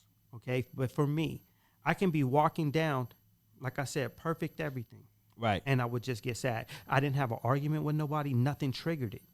But when there are triggers, I ask myself, what was a trigger and why was it a trigger? Once I define those things, then I change my mentality. And it takes practice. It doesn't happen overnight. It may take months, but I practice it. So when that thing arises, I don't let it trigger me to make me sad anymore. Right. So you know what, man?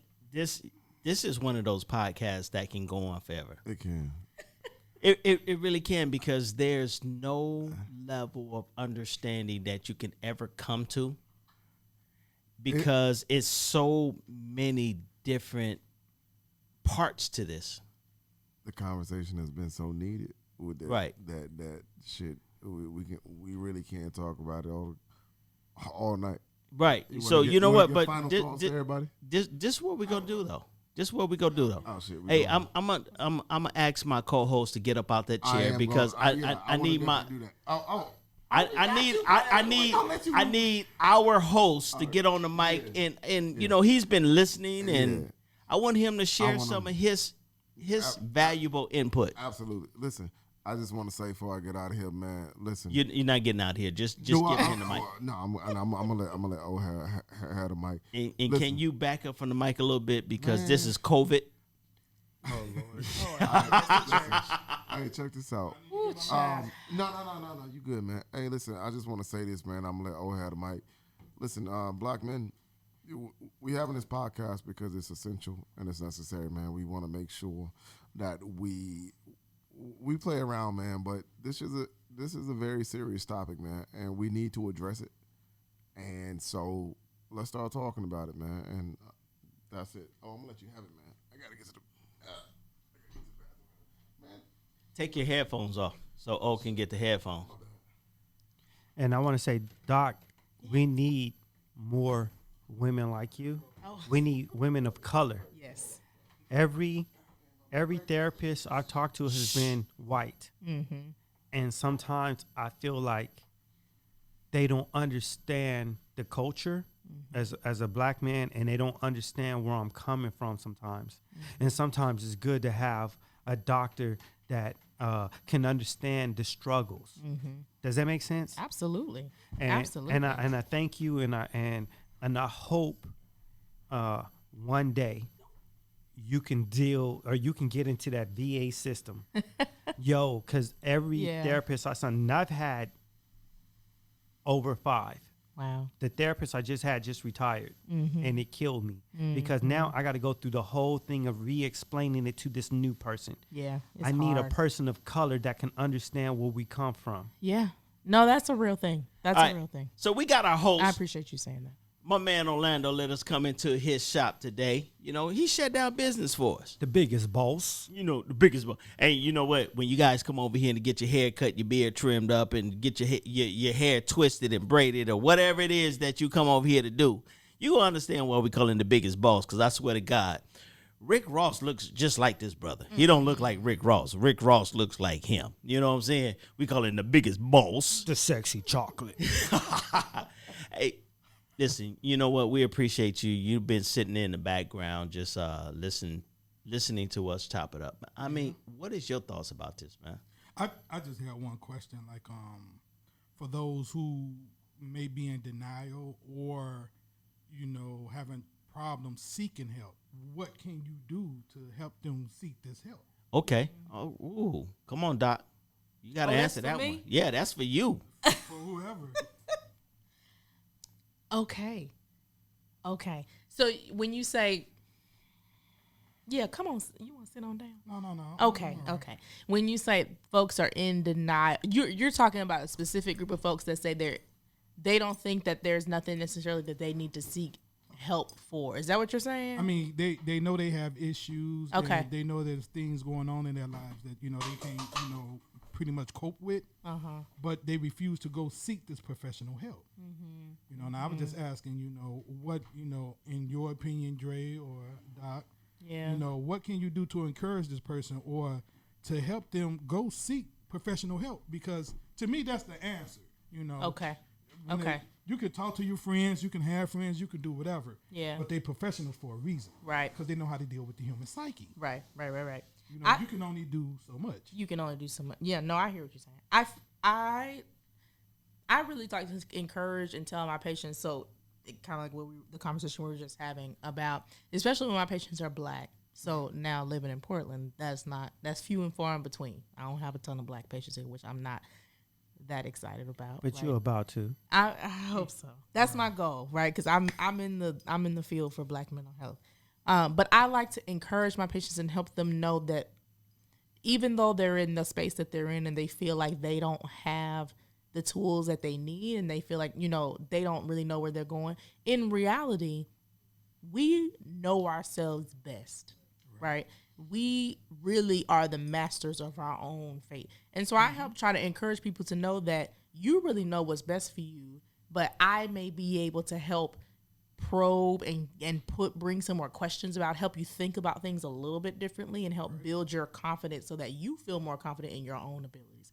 Okay. So in trying to encourage people, let's just say hypothetically, maybe you got a friend and you hear what they're talking about, right? And you're like, you might really benefit from talking to somebody. What I would say to them is say, you know what? I really feel confident and believe that you know how to take care of yourself, and there are people that might be able to help show you and give you some other tools that you haven't even thought of, right? Or there are people that are trained and paid to be able to hear you and present things to you in a different way and just get you thinking in a different way.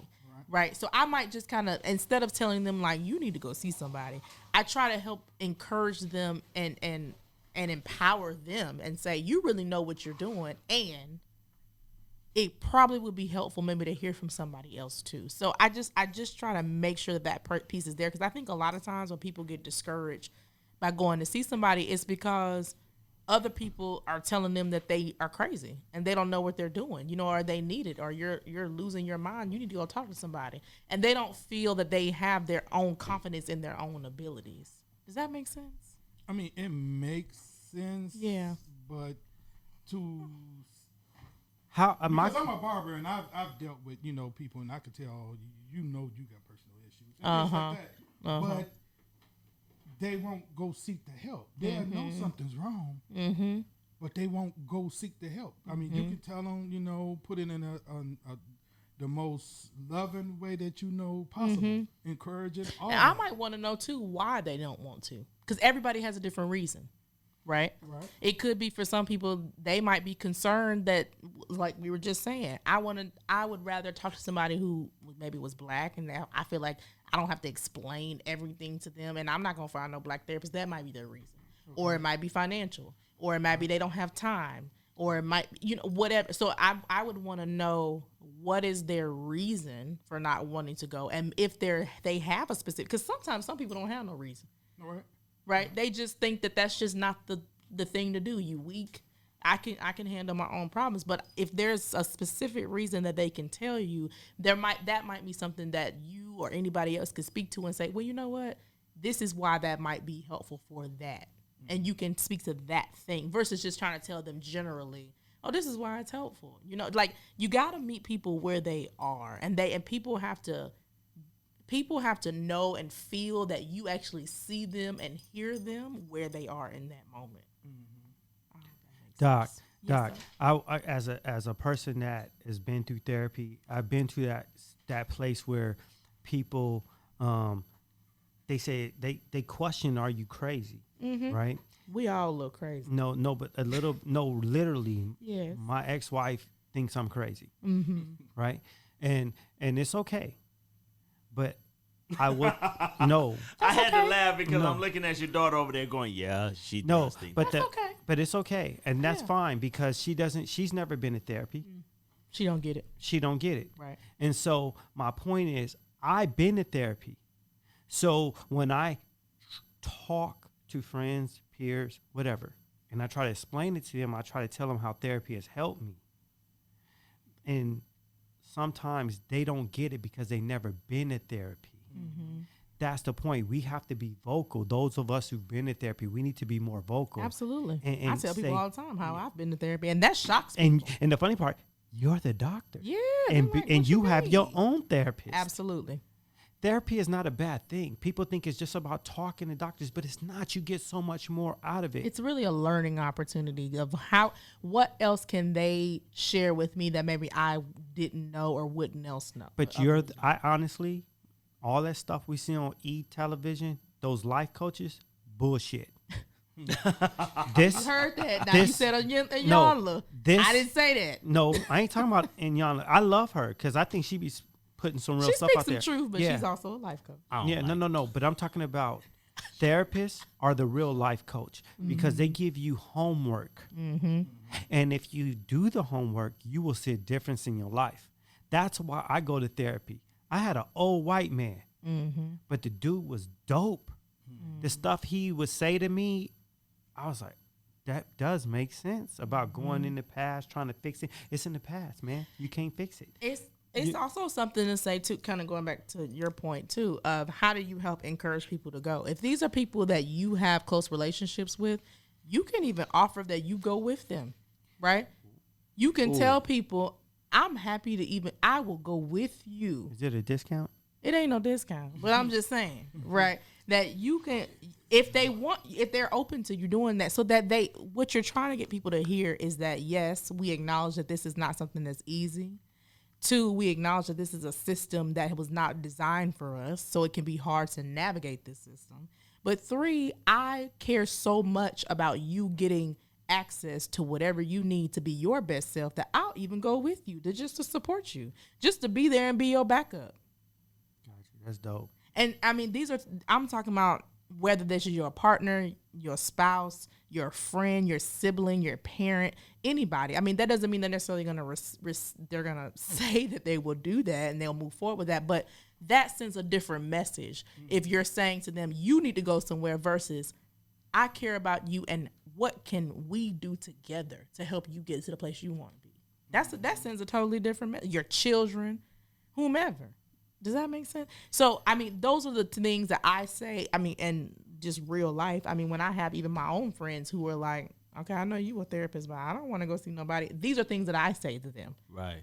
Okay. That I care so much about you getting what you need. I will go over and beyond. I will put myself out there. I will be that liaison, whatever needs to happen to help ease your way to get the help that you need, to get the support that you need. And I think a lot of times when people hear that makes them, oh, okay, you don't think that I'm crazy. You don't think I'm losing my mind. You just care about making sure that I get what I need. And they're more willing and more open. But also, we have to people have their own process. And what's more important is that you plant the seeds.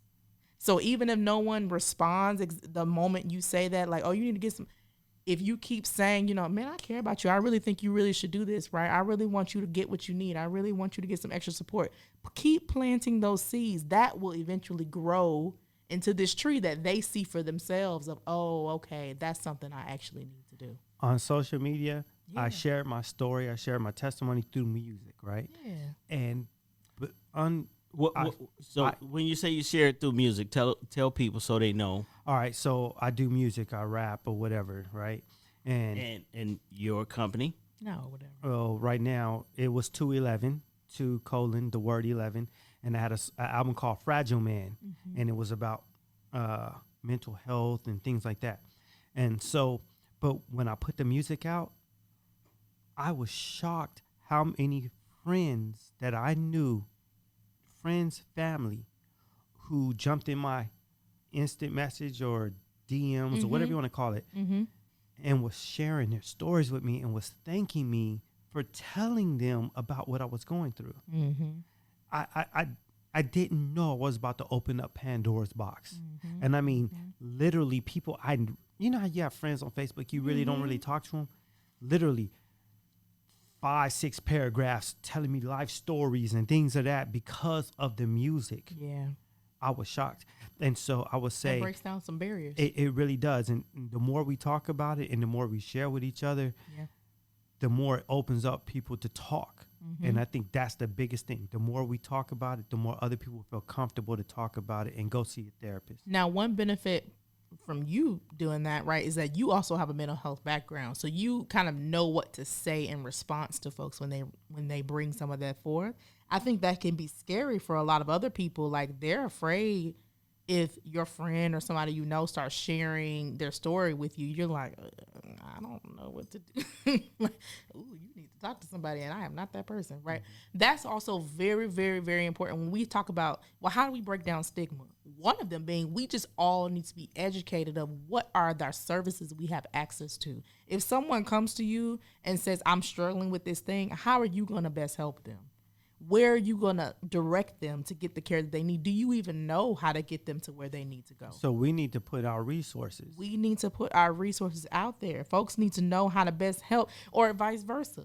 We were talking earlier that if we want to do more about being able to say to people, are you thinking about killing yourself? Or, you know, how you dealing with this thing or how you dealing with that thing? When they say, actually, I'm not doing well at all, or this is how I feel, that's not the time for you to say, no, we there now. So we all need to be prepared and know how to help best support people when we do share those things and we get them to the right place. That's an important part too. You know what? We got to bring this thing to a close.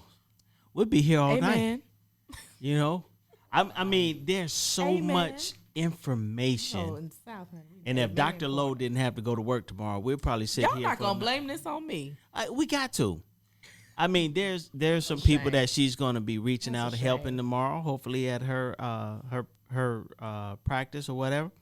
But ladies and gentlemen, this has been one of the longest podcasts that we have ever done. Yes, You goddamn right it has. Wow. Yes, we have never gone past Y'all tired? Y'all sleepy? No, we're not sleepy, but you know what? Let me tell you something. Okay. I'm going to be honest with you guys. Please be. I'm sitting here and I'm thinking to myself, like, wow, how many opportunities did I miss going to sit down with a therapist? So what you're saying is you need a part 2. You know what? We need a part 2. And you know what? I'm going to promise everybody we are bringing. I need the love price. You know what? We're bringing Dr. Harper back. And we're bringing Dr. Harper back for the simple fact that there's so much information in so many different areas and so many different categories. There's so many moving parts to this discussion that, you know what? She's going to be a regular on 2 Cent the Podcast. I'm putting it out there. That's dope. That's some Oprah stuff. Yeah. So she bringing Dr. Phil and all that. Yo, that's dope. You know what I said? And you know what? That's dope. Let me tell you, we might have a spinoff. Wow. We might have a spinoff. Wow. That's You know dope. what I'm saying? Wow. That is dope. Off the You know cuff. what? Off the cuff. You know what? We gonna just do that. You know what I'm saying? Wow. What you think about that?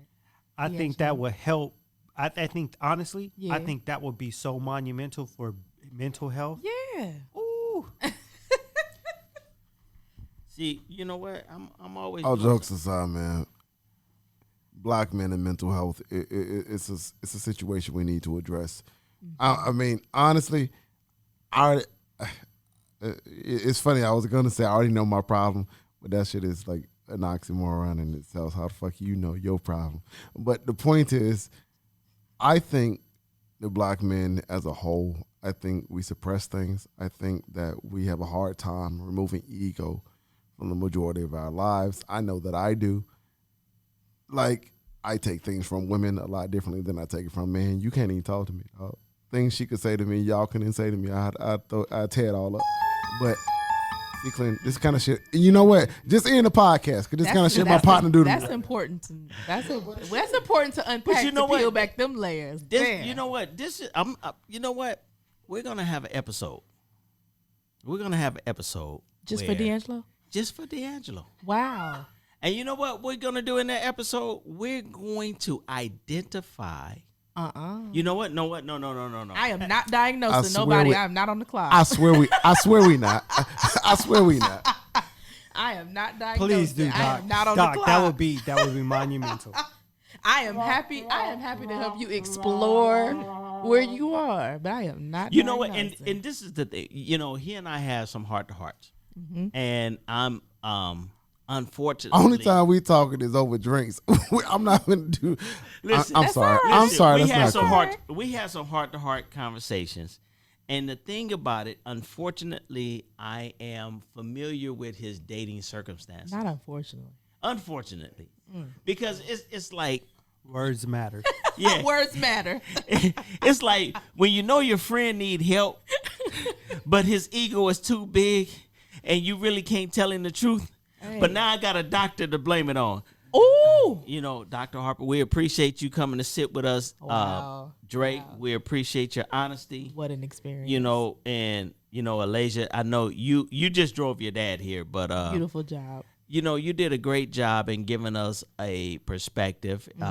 And the thing about it is, you know, And OV1, we appreciate the space. can you let me finish, please? Y'all gonna have to decide who's the You know, host and the co-host. exactly my point. You know what I'm saying? Exactly my point. It's just like, you know, you got somebody 6 foot something looking over your head as if you're nobody, and you know what? I'm gonna get over That's that. all right. Just take, a little cleansing, good deep breath, That's all right. and that's all right. I'm gonna talk to We're my gonna therapist. recenter and get, that's I'm gonna right. talk to my therapist because You don't let that. I Stop feel your show. I feel bullied. I feel bullied. But you know what? We had a great host allowing us to come into his space. No problem. Anytime. Hey man, anytime tell you us have Thank you something. so much tell for us letting where us we do are. We're in Hillsboro, Oregon, the suburbs outside of Portland. Give us the address, please. 112800 Northeast. We gonna put it in the Evergreen comments. We gonna Parkway. put it in the comment. Hey, what services do you provide here? 11280 There you go. Northeast Thank you. Evergreen Parkway. There you go. Thank you. Haircuts. I twist. I shave, razor lines. Shampoo. Yeah, shampoo. I do some dye, some tint. And but my thing is really like specialty cuts as far as like fades and tapers, mohawks, afros, things of that nature, designs, stuff like that. Nice. That's awesome. You That's know, what's up. One thing I want to say about your spot that I really like, it's exclusive. It's not like it's one chair, and you take that time to deal with that one individual, which is so dope. Like they really got to get on your calendar. The calendar is full. I'm just gonna let you know, people. That's how dope he is. Oh, you that dope. Yeah, that dope. He has clientele. Oh. So you're lucky. Oh. You're lucky I if actually you get on the supposed to calendar. Have somebody coming like as soon as we wrap this up. Yeah. All This right. time of night? Yeah. This Hey. time of evening? Hey, so check it out. This is where exclusive we cuts. at. Wow. This is where we at. We at 11280 Northeast Evergreen Parkway in Hillsboro, Oregon 97006. Once again, 11280 Northeast Evergreen Parkway, Hillsboro, Oregon 97006. You know what? Find a way to get on this calendar. Pay a little bit of extra money. How do people get on your calendar? They could call me 503-574-0993. I'm on Get out of G. and I'm on Google. So yeah, you Google, Instagram. You need to be up in here. And what's the name of the shop again, just in case? OV1 Cutz of Chicago. Say that again. OV1 Cutz of Chicago. One more time for the record. OV1 Cutz of Chicago. Hey, you know what? If you're not over here hanging out in this spot, then you know where. We appreciate everyone that came out today. You know, we had a couple drinks. We had a couple revelations about men and mental health. we shed a few tears. We addressed some hurt, some pain. And ladies and gentlemen, you know what? If you have that black man that's out there that's, he needs that mental health, and maybe you can't steer him in that direction, because we are hard-headed and we are a little chauvinistic. We think we know everything about us. But you know what? This is what I'm going to say. Ladies, don't give up. Don't give up on that black man. Understand that he needs the help that he needs. And maybe he doesn't hear it from you, but maybe hear it from someone else. Black men and mental health is a real deal. And ladies and gentlemen, we thank you guys for listening to another podcast. This has been 2 Cent the Podcast. You goddamn right. Oh my gosh. This has been 2 Cent the Podcast, and that's my 2 cent.